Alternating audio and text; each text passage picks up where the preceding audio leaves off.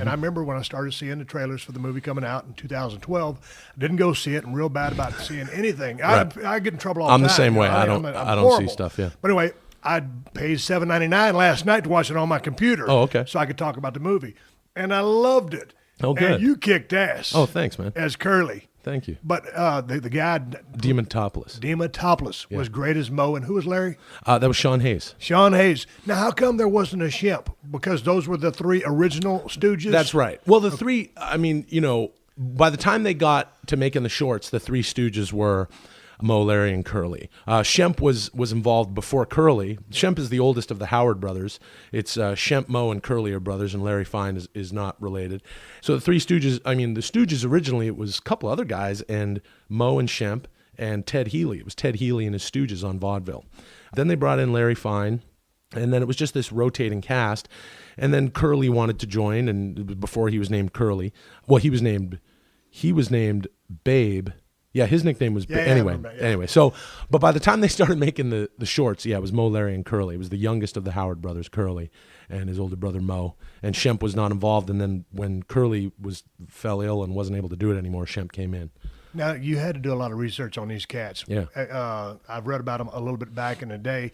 Man, when those dudes were doing the things that they did, now they were taking a lot of physical punishment. Absolutely. They were beating the hell out of each other. Totally, yeah. Now, how was that as far as, in your research process and you're trying to find out, who Curly is? Yeah. What kind of research did you do? I mean, because you nailed him dead on. Oh, thank you. Thanks. I watched everything. I had already watched most of it just growing up. I'd seen most of it, but now you're watching it with a keen eye to where I've got to become this guy.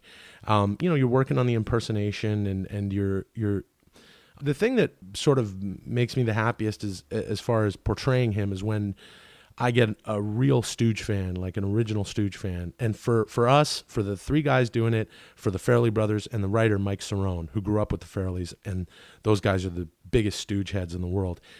Really the aim for the six of us was to have people believe this homage and understand that everything we did was the way they would have done it. Right. And so when I get an original Stooge fan, like someone, usually the first thing they say is, I didn't want to like it, but. Right. And they hit the little things that I did that they've never seen anybody do when they're impersonating Curly. Because I've seen people impersonate Curly over the years. It's just become a thing. Not too many people are doing it anymore, but years ago people were still doing it. It was still in that sort of the pantheon of pop culture. So there were little things that he would do with his hands to where I would watch everyone do Curly and I go, well, his hands don't just go together like this. It's literally this finger's on top of that. And why is his hand there? Why is his left hand a little higher? Well, it's because his left hand goes out when he starts to talk. Yeah. Little tiny things. It's the same thing as Randy Savage. Where's his pinky finger? Right. Where does it end up by the end of the sentence each time? These things are very specific and they are his tics. So you have to inherit the man's tics. Yeah. Every single little thing he did. There's these kids in the movie who played the young Stooges. They were wonderful. They were great, yeah. And Robert, the kid who played young Curly, I was kind of coaching him one day. We're just kind of sitting around on set, and we were talking about it. And I said, Curly understands 1% of what's happening, and he understands it about 3 seconds after everyone else does. So, great. and that was helpful for me because I'd been doing it, but I hadn't said it out loud to anybody. Right. Because all my work is internal. Yeah. But now I'm teaching this kid, like, well, here's what. So I said, just have the pained, confused look on your face with your hands together. And then when Mo says something, watch Mo, and Mo's saying, to whoever the straight man is, like, listen, Toots, we got to blah, blah, blah, blah, blah. Watch Mo. And then after Mo finishes his point, wait a beat and a half, then turn to the other person and go, then understand. Yeah. Wait a beat and a half. Like, just wait. You always understand everything a second and a half late. And when you put these things together, all their different things, it is the Stooges. So the illusion that we're trying to create is when you watch the three of them, you get that flavor and you get that sense memory of the original Stooges. Because Chris is doing his thing, Sean's doing his thing, and I'm doing my thing. And the three of us are doing it at the exact same time. When you put chocolate caramel and peanuts together, it's a specific chocolate bar, right? Whatever. So you get that flavor, whether you know it or not. How long did it take you guys to develop the chemistry you guys had? Because it was very good. Oh, it wasn't long. believe it or not, it wasn't long. No, and those two guys were great in their own right. Yeah. But the one point I really enjoyed, there's a fight scene, so to speak. Y'all all standing there, and it's just when all the shenanigans start going, and it's the timing, the bend downs, and all those strikes. How many takes did it take you guys to film that stuff? I know the scene you're talking about, where we're in the theater. Yeah, and because you got all the classic Three Stooges sound effects dubbed in, of course, because it's the Three Stooges. Yeah. And that's half the stuff that I love was the sound and effects. those are the original sound effects. Those are the original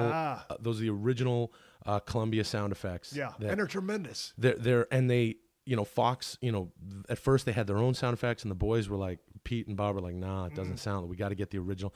They went and got the original Columbia sound effects. They had to pay for that? Oh, absolutely. They paid a lot of money for that. It was worth it. It was absolutely worth it. Without that, it's like what? Because the other ones didn't sound right. So how long did it take to film that scene? Well, that scene took 3 or 4 takes of the whole thing, and then we punched in towards the end. You go in because usually you just stay wide. It's a 3-shot, and you have to be choreographed and just slap, ding, ding, ding, bonk. Yeah.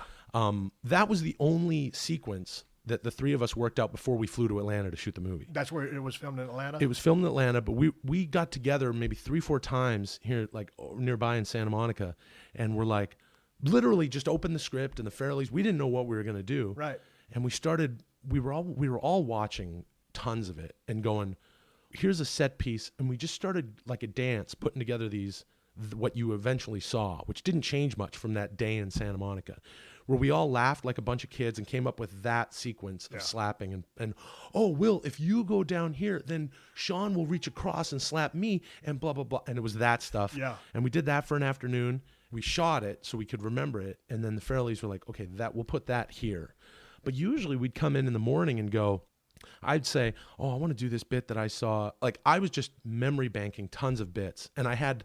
Are you good about picking up that kind of information and retaining it and then doing it? Yeah, I am. I'm sort of like really intense about that, almost too much so, where I'm like, no, it's got to be this specific thing. And I was also shooting it on my phone. Yeah. So over a month, I'm like watching and shooting stuff, just really rudimentary on my phone, a little bit off the TV, so that when you're on set, you could go... Well, there was one time where they did the spin punch where the fist went the other way, and people go, "Oh, I don't think they really did that." And then you show them, here, look, here's the proof, and then they go, "Oh, okay, well, all right, yeah, sure." And that's a very good Pete Farrelly, everybody. But you guys come in, what did he say? So every day we'd come in and go, we just throw everything at the wall because we had so many weird little segments and things we wanted to do. We just go to Pete and Bob. What if we do this right now? And they go, well, I don't think that fits here. Tomorrow we're shooting that. So, and that was the only way to make the film. How many shoot days do you guys have for that? We shot that film for, I think, 3 months. Well, that's a pretty good time. Yeah. Man, I do a lot of low budget stuff, man. So we got 20 days. Nowadays, to they want to trash out everybody, and you don't really have any true rehearsal time for fights, and it's monkey see, monkey do it. It is what it is. So it's a different kind of environment. Yeah. Well, I think we were... Was it 3? I think the shoot days was I think it was 60 days over 3 months, over like 2 months and a bit. Where in Atlanta? We were based right out of Atlanta, and then we went all over the place. We were in, we actually shot a scene in Stone Mountain, Georgia, home of Jake the Snake Roberts. Yeah, it's nice up there. Badass. Yeah, it's great up there. We were all... Man, actually... Hey, that's where Jake the Snake Roberts is from. From Stone Mountain, Georgia. Stone Mountain, Georgia. Yeah. 6'6" from Stone. Hey, let's talk about the acting, the Three Stooges, pro wrestling, because you guys in those quote-unquote fight scenes or all the bumps and the shenanigans you guys do, there's instances that happen in the ring of professional wrestling where a guy will hit somebody too hard. We call that potato. Right. So with all the stuff, the strikes that you guys did, where there was the hammer fist on the nose gimmick, there had to been a lot of potatoes during the film of this thing. A lot. Well, look, most of them are intentional potatoes because the Three Stooges actually slapped each other. Right. Which an open hand slap in your business too is totally fine. You know what I mean? But it hurts. Yeah. If you're going to rack up 3, 4, 5, 6 of them. Right. Yeah. Your ears start ringing. Yeah. So